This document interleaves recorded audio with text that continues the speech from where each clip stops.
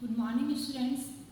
जैसे कि हमने आपको नेक्स्ट वीडियोस में कंप्यूटर से संबंधित कुछ बताया, अब आगे अपन पढ़ेंगे कि जनरेशन्स ऑफ कंप्यूटर की फर्स्ट जनरेशन्स ऑफ कंप्यूटर कब आए थे। फर्स्ट जनरेशन्स ऑफ कंप्यूटर में जैसे कि फर्स्ट जनरेशन और कंप्यूटर जो था, जैसे कि EDAC में ये अपना सन 1946 में आया था। किस सन में आया था? सन फर्स्ट जनरेशन हमारे सन 1946 में आया था, जो कि अपने को एकर्ट और मुचली के नाम से, किसके नाम से? एकर्ट और मुचली ने, इन दोनों ने मिलाकर इसका जनरेशन का क्या किया था? डेवलपमेंट किया था, आविष्कार के सन 19, ध्यान रखिएगा फर्स्ट जनरेशन हमने 1946 में एकर्ट और मुचली जो थे, इन्होंने कंप्यूटर का निर्माण किया था, जिसमें कि इस सन में जो कंप्यूटर आया था वो उसमें कंप्यूटर में वैक्यूम ट्यूब का यूज किया गया था। किसका यूज किया गया था? कंप्यूटर में वैक्यूम ट्यूब का यूज किया फर्स्ट जनरेशन में। ठीक है, फाइन। नेक्स्ट अपना है कि जैसे कि सबसे फर्स्ट जनरेशन ऑफ कंप्यूटर में अपना EDAC मतलब होता है electronic delay storage automatic calculator आया। Next EDBAC electronic digit variable automatic computer. Next था यूनिवेक, जो कि यूनिवर्सल ऑटोमेटिक कंप्यूटर के नाम से हुआ। और फिर आया था अपना यूनिवेक फर्स्ट। कौन सा आया था? यूनिवेक फर्स्ट आया। ठीक है, तो इनका यूज किस लिए किया जाता है? जैसे कि इसमें कुछ लक्षण भी रहते हैं। लक्षण मतलब होता है मेन एट्रीब्यूट्स, जैसे कि स्टोरेज के लिए मैग्नेटिक ड्रम का यूज किया जाता था। किस लिए? जो स्टोरेज थी उसमें मैग्नेटिक का यूज किया जाता था। बहुत से नाजुक और कम भी, मतलब काफी नाजुक थे, और सारे एयर कंडीशनरों का भी इसमें यूज किया जाता था। और इसमें मशीन और असेंबली लैंग्वेज का यूज भी किया जाता था। किसका यूज किया? मतलब मशीनी लैंग्वेज मतलब होता है जो मशीनों के द्वारा कार्य, असेंबली लैंग्वेज मतलब होता है इसमें कि अपने वर्ड्स वगैरह का यूज किया जाता है। तो वो कौन सी यूज हो जाती है? अपने असेंबली लैंग्वेज हो जाती है। ठीक है, तो फर्स्ट जनरेशन आया इसमें। सेकंड है अपना सेकंड जनरेशन ऑफ कंप्यूटर।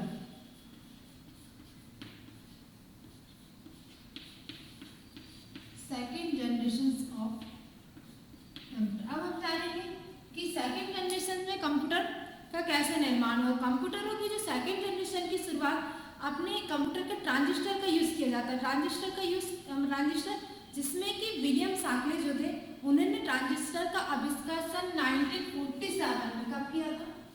1947 में किया, जिसका उपयोग सेकंड जनरेशन में वैक्यूम ट्यूब के स्थान पर हुआ था। मतलब फर्स्ट जनरेशन में जो वैक्यूम ट्यूब का यूज किया गया था, उसके स्थान पर अपने किसका यूज किया गया था? ट्रांजिस्टर का यूज किया गया था। ट्रांजिस्टर के उपयोग ने कंप्यूटर में वैक्यूम ट्यूब की अपेक्षा के बहुत अधिक गति और जो रिलायबिलिटी थी, मतलब विश्वसनीयता, उसको प्रदान किया।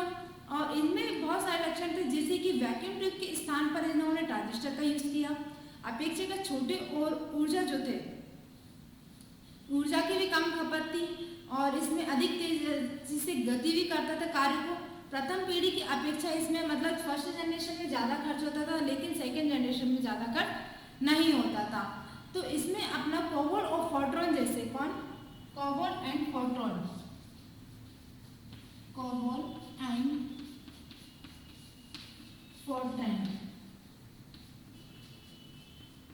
इसका कोबोल एंड फोर्ट्रॉन जो थे, इन्होंने उच्च स्तरीय मतलब हाई लेवल प्रोसेसिंग लैंग्वेजेस का इन्होंने यूज किया। ठीक है, तो आया आपको समझ में फर्स्ट एंड सेकंड जनरेशन। अब अपन आगे पढ़ेंगे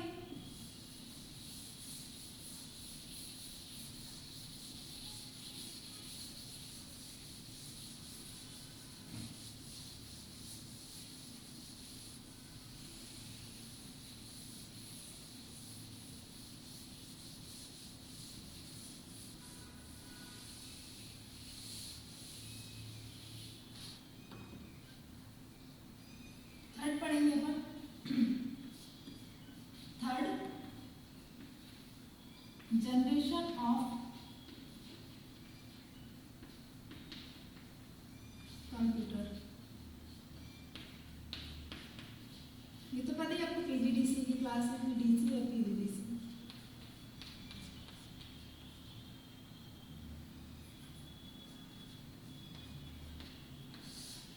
तो अपन पढ़ेंगे third generation of computer.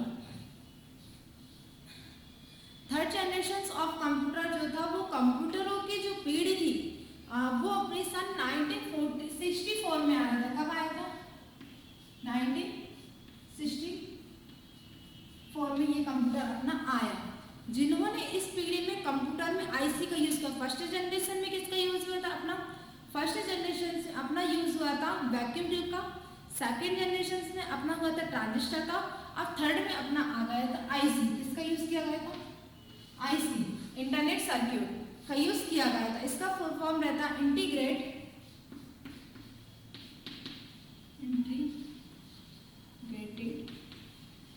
Circuit का यूज इसमें इन्होंने किया। ठीक है, तो इसके आविष्कार के लिए इन्होंने मतलब आईसी का इंटीग्रेटेड सर्किट का आविष्कार टेक्सास इंस्ट्रूमेंट कंपनी जो थी इन्होंने अभियंता मतलब जैक जो किल्बी थे इन्होंने किया था। इस पीढ़ी में ICL 2003, कौन सा? ICL 2003, ICL 1900 इसका यूज किया। ठीक है, और यूनिवेक जो था इसका यूनिवेक 1008 इस सिस्टमों का यूज यहाँ पर किया गया था। ये सिस्टम, ठीक है, याद रखिएगा। ICL 2003, ICL 1900 और यूनिवेक 1108 सिस्टम, जिसमें कि सिस्टम 1360 भी होते हैं। ठीक है, प्रमुख थे। अब डिजिटल कंप्यूटर जो था वो डाटा प्रोग्राम्स में जीरो से वन में परिवर्तित इलेक्ट्रॉनिक फॉर्म में ले जाता। मतलब डिजिटल जो डाटा था वो उसके फॉर्म को कहाँ से? जीरो से वन, कहाँ पर? जीरो से वन में परिवर्तित करके उन्हें इलेक्ट्रॉनिक फॉर्म में ले जाता था। किस में ले जाता था वो? इलेक्ट्रॉनिक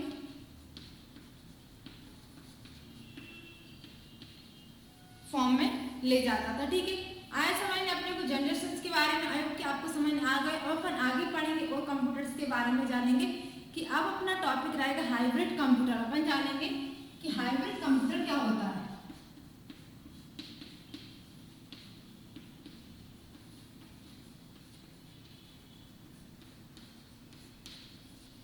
क्या पढ़ेंगे अपन? Hybrid computer. हाइब्रिड कंप्यूटर का अर्थ होता है कि अनेक गुणधर्म होना, जिनमें कि एनालॉग कंप्यूटर और डिजिटल कंप्यूटर, दो कंप्यूटर होता है अपने। कौन कौन से? एक रहता है अपना एनालॉग, सेकंड रहता है डिजिटल कंप्यूटर। दोनों के गुण किस में रहते हैं? हाइब्रिड कंप्यूटर्स में रहते हैं। जैसे ही कि कंप्यूटर के जो एनालॉग डिवाइस किसी भी रोगी के लक्षणों या फिर तापमान और रक्तचाप आदि को मापते हैं, यही परिमाप बाद में डिजिटल पार्ट्स जो रहता है उनको डिजिट्स में परिवर्तित करता है। मतलब हाइब्रिड कंप्यूटर जो रहता है, जैसे कि सिस्टम में आपने देखा हो हॉस्पिटल्स में, उसमें जांच करने के लिए इस तरीके से ये आती है, तो वो क्या करता है अपने को बाद में किसमें परिवर्तित हो जाता है? अंकों में, मतलब वो डिजिट में चेंज हो जाता है।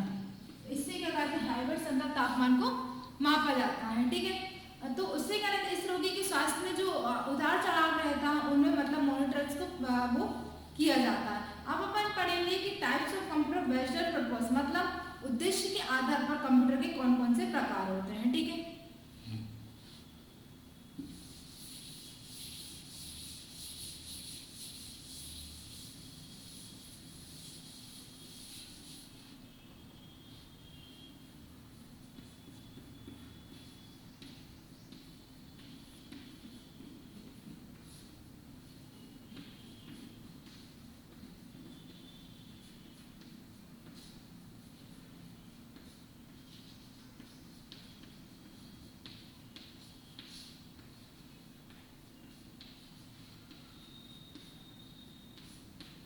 उद्देश्य के आधार पर कंप्यूटर के प्रकार।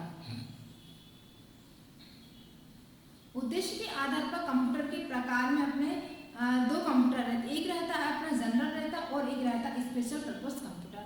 तो फर्स्ट कंप्यूटर कौन सा है अपना? General computer.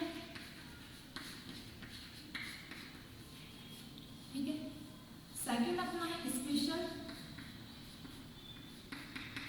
पर्पस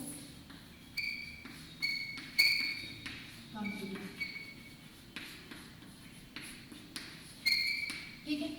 ये दो कंप्यूटर है।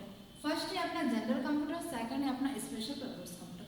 तो सबसे फर्स्ट अपन जानेंगे कि फर्स्ट जनरल कंप्यूटर क्या रहता है। जनरल कंप्यूटर मतलब सामान्य उद्देश्य के आधार पर कंप्यूटर क्या होता है कि ऐसे कंप्यूटर जिनमें अनेक प्रकार के कार्य करने की क्षमता रहती है। मतलब वह कंप्यूटर जिनमें बहुत सारे कार्य एक साथ किए जाते हैं, लेकिन इनमें जो वर्ड प्रोसेसिंग रहता है, क्या रहता है, लेकिन इनमें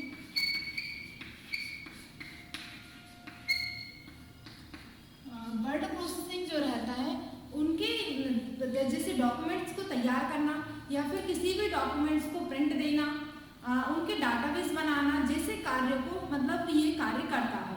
तो सामान्य उद्देश्य से इंटरनेट सर्किट मतलब आईसी जो रहता है इसकी कीमत भी कम होती है और कंप्यूटर में हम किसी विशिष्ट मतलब स्पेशल जो एप्लीकेशंस रहती है उनकी डिवाइसों को नहीं जोड़ सकते हैं, क्योंकि इसमें सीपीयू की क्षमता जो रहती है वो सीमित रहती है। मतलब जो सीपीयू रहता है उसमें उतना ही डाटाबेस सीमित रहता है, कम से कम। ठीक है, नेक्स्ट अपना रहता है special purpose computer. Special purpose computer मतलब विशिष्ट उद्देश्य के आधार पर कंप्यूटर। विशिष्ट उद्देश्य कंप्यूटर ऐसे कंप्यूटर रहते हैं जिनमें की विशेष कार्य करने के लिए यूज किया जाता है। विशेष कार्य मतलब बड़े से बड़े जैसे मौसम विज्ञान हुआ, उपग्रह हुआ और अंतरिक्ष विज्ञान, इस क्षेत्र से बड़े कार्यों के लिए इनका यूज किया जाता है।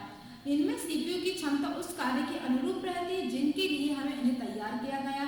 यदि अनेक सीपीयू की आवश्यकता होती है, मतलब एक से अधिक सीपीयू की आवश्यकता भी है, तो वो स्ट्रक्चर जो रहता है उन्हीं सीपीयू वाला कर देते हैं। तो उदाहरण के लिए जैसे कि म्यूजिक रिकॉर्डिंग हुआ, उदाहरण के लिए क्या करना, उदाहरण के लिए अपन मान सकते हैं जैसे म्यूजिक रिकॉर्डिंग है तो अपने को स्टूडियो में क्या लगा है, स्टूडियो में इसका यूज किया जाता है कि कंप्यूटर विशिष्ट स्पेशल पर्पस कंप्यूटर होगा। इसमें संगीत म्यूजिक से संबंधित उपकरणों को जोड़ा जाता है और संगीत म्यूजिक जो रहता है संगीत विभिन्न प्रकार की रिकॉर्डिंग भी कर सकता है। जैसे कि आपको फिल्म मूवीज बनाना है, उसकी एडिटिंग करना है, उसके लिए भी इनका यूज किया जाता है। अब हम जानेंगे कि स्पेशल पर्पस कंप्यूटर किस किस लिए यूज किया जाता है। यह अपने लिए किया जाता है अंतरिक्ष विज्ञान में, अंतरिक्ष विज्ञान में किया जाता है इनका यूज। मौसम संबंधी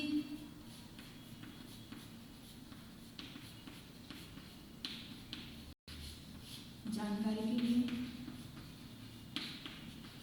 कंप्यूटर का यूज किया जाता है। ठीक है, ध्यान समय अंतरिक्ष विज्ञान, मौसम और युद्ध प्रक्षेपास्त्रों को नियंत्रित करने में,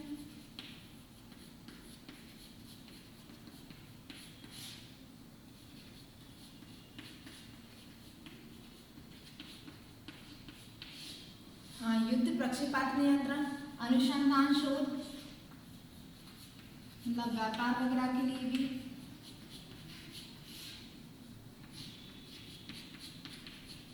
ठीक है,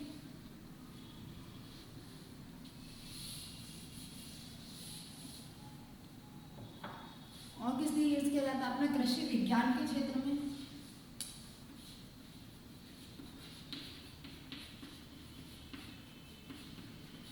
ठीक है, कृषि विज्ञान का क्षेत्र या फिर उपग्रह संचालन,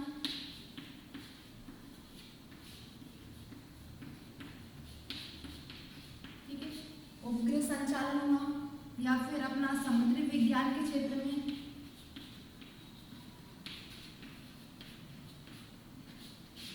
और लास्ट है अपना इंजीनियरिंग के क्षेत्र में।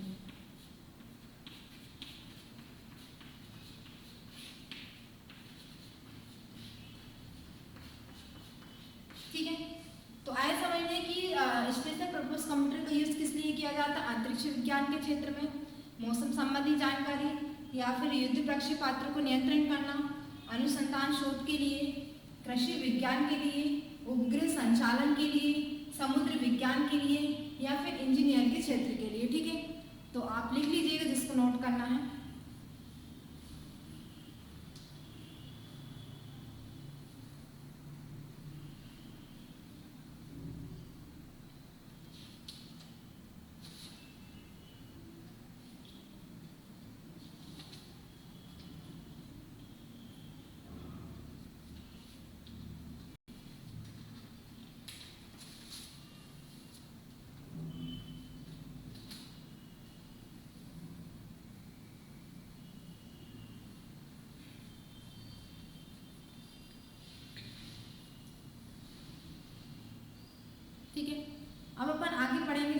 अभी अपन ने क्या जाना था कि उद्देश्य के आधार पर कंप्यूटरों के प्रकार को जाना था। उद्देश्य के आधार पर कंप्यूटर अपने दो प्रकार के रहते हैं, एक अपना जनरल कंप्यूटर, एक रहता है पर्पस कंप्यूटर। अब अपन पढ़ेंगे